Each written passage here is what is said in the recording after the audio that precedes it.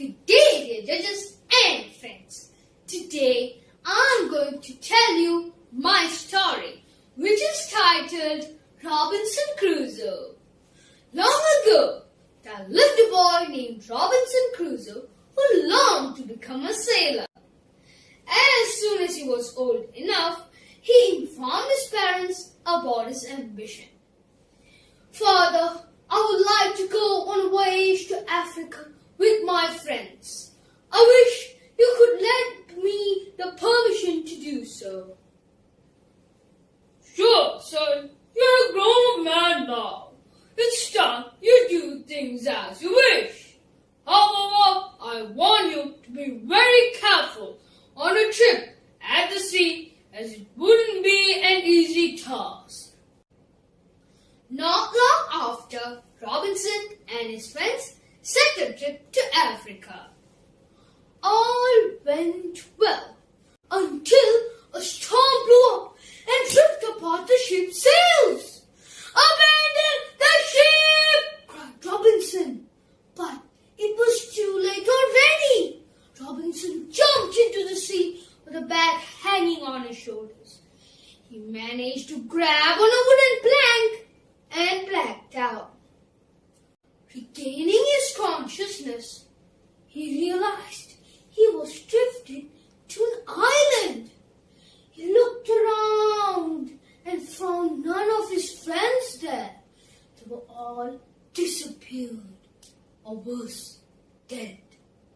Alas, how am I going to survive in this wilderness? Lamented Robinson. I should find some ways to survive until help comes by, he moaned. Fearing for wild animals there, Robinson went up a tree and stayed there for a whole night. The next morning, Robinson saw the wrecked ship not far away from the island. He climbed on the tree and decided to go back to the wrecked ship to find some food supplies and instruments if there were any. He swam and climbed the wrecked ship.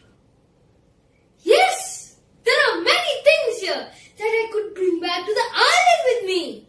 He was pleased, seeing all the delicious food and various stews.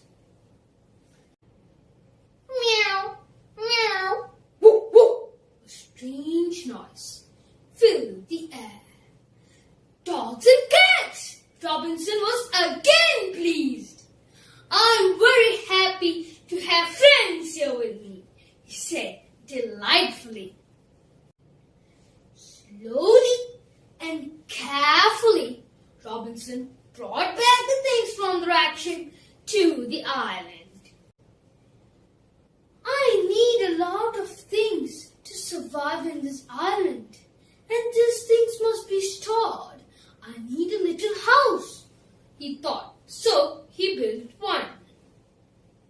Thinking of possible dangers by wild animals there, Robinson built a strong fence too, surrounding the house.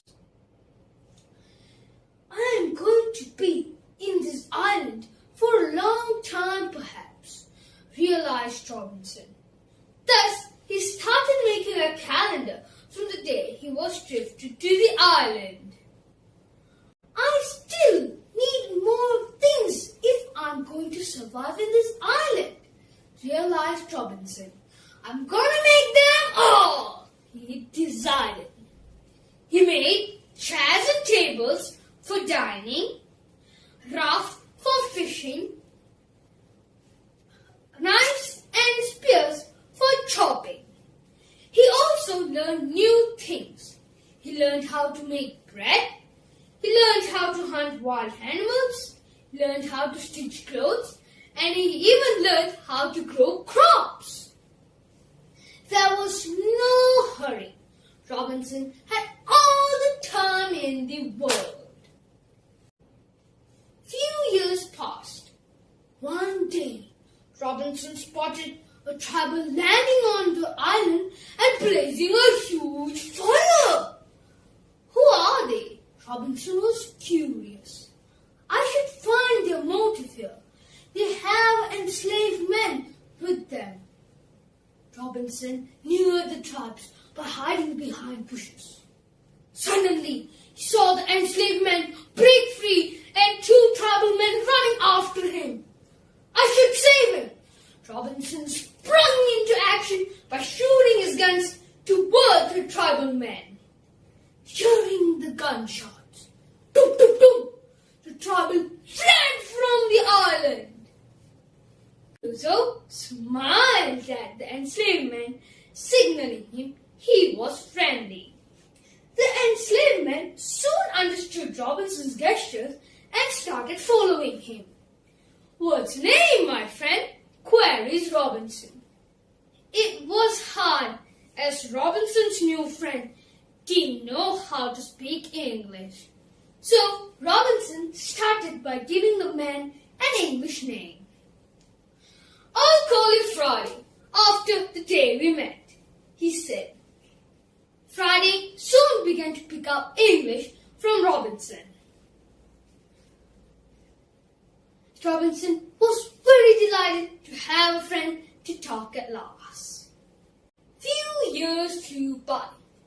One day, as his usual duty, Friday went out for finding food and came back looking terrified. "Master! Master!" he cried. "There's a big ship near the island, and many men are coming in a boat," he said. Robinson jumped and ran with Friday down the shore. To his great surprise, he saw an English ship near their island. "There are 11 men, and they have 3 captives with them," hinted Robinson to Friday. "Don't let them see you. They might be pirates. Let's go hide in the streets and watch," he said. Reaching the shore, the captives were pushed hard with their hands tied. They were dragged to a bush, which was not far away from where Robinson and Friday were hiding. The pirates sat on the sand and started drinking far away from the captives. Robinson neared the captives by creeping slowly to them. "Don't be afraid. I'm an Englishman. Perhaps I can help you," he said. Seeing an Englishman dressed like a wild man in homemade animal skins, finally the oldest captive spoke. "I am the captain of the ship, and these 2 men are my officers. Last night there was a pirate attack, and my ship and crews were seized from us," lamented the captain. "All right, we'll fight back to get our ship, but in return you have to bring me back to England." The captain immediately agreed. Robinson ordered Friday to go back to get some weapons, while Robinson and the captain sketched for an attack. Eventually, Robinson untied all the prisoners and gave them each a gun. They sprung into action and went to a hard fight with all the pirates. Finally, Robinson and the captain won back the ship.